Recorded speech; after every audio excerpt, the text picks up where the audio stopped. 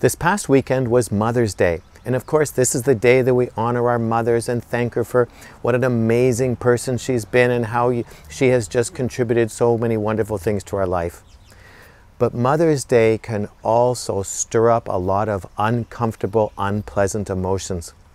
For example, it reminds people who haven't been able to have kids. It focuses on their infertility, and it just brings up a lot of pain that they haven't been able to have kids.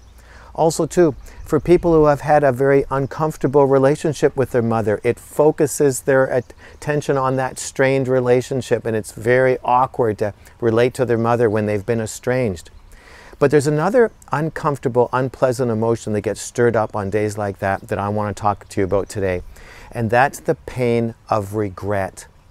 You see, days like Mother's Day, parents regret all the mistakes they made raising their kids.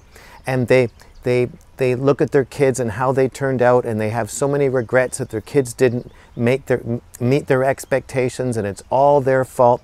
And they just beat themselves up that they messed up and their kids are suffering as a result of it. And these are very painful emotions, and Satan loves them. He loves to keep you wallowing in regret. He loves to keep reminding you of all your failures and how you messed up your kids.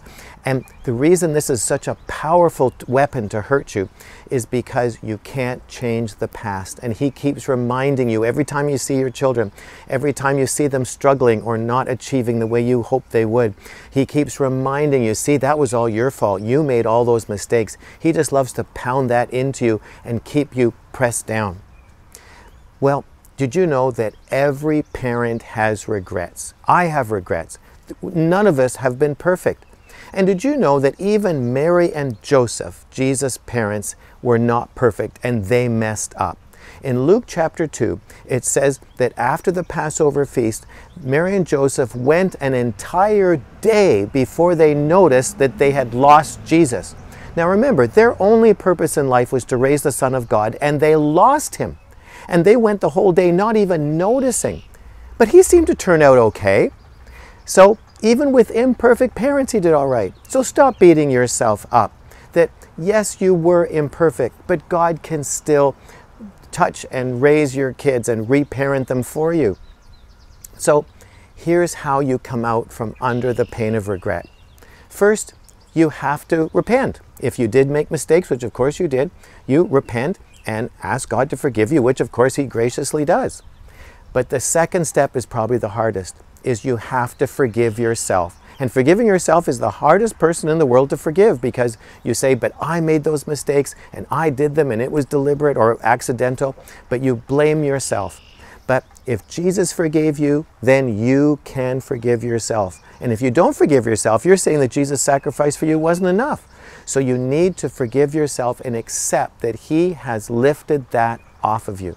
And then the next step is you need to give your children to Jesus. Doesn't matter how old they are, you give your children to Jesus so that he can reparent them. He can make up for the deficits that you weren't able to make, and that he can speak to them and lead them and guide them and heal them of any wounds from their past. Give them to Jesus. In fact, every time you are tempted to beat yourself up about their outcome, you keep giving them to Jesus. And then the next step is, I want you to close your eyes and I want you to picture the regret that you've been carrying for all these years, because it's been weighing on you for so long as you've been beating yourself up. And I want you to picture piling up all that regret in front of you in your mind's eye, so that you actually have a pile of all the regret and the beating yourself up that you've been doing. And I want you to hand that to Jesus. Invite Jesus into the picture and give it to him, so that he can unload you from all the regret that you've been carrying. It's been Satan's weapon against you, and Jesus doesn't want you to carry that anymore. So you give that to Jesus, and then wait and see what Jesus gives you in return, because he always gives us something in return. When we give something to him, he always gives us something back. So watch and see, what does Jesus give you in return that will release you from the regret that you've carried. You see, Jesus doesn't want you to carry that regret any longer. Only Satan does. So today, come out from under that regret. Hand it all to Jesus and forgive yourself. So now I want to hear from you. How have you handled and processed and got rid of your regret for your parenting mistakes? just leave your testimony in the box below, because I'm sure it will encourage someone else who's still struggling with that. And if this is your first visit here, you need to get my free self-assessment guide.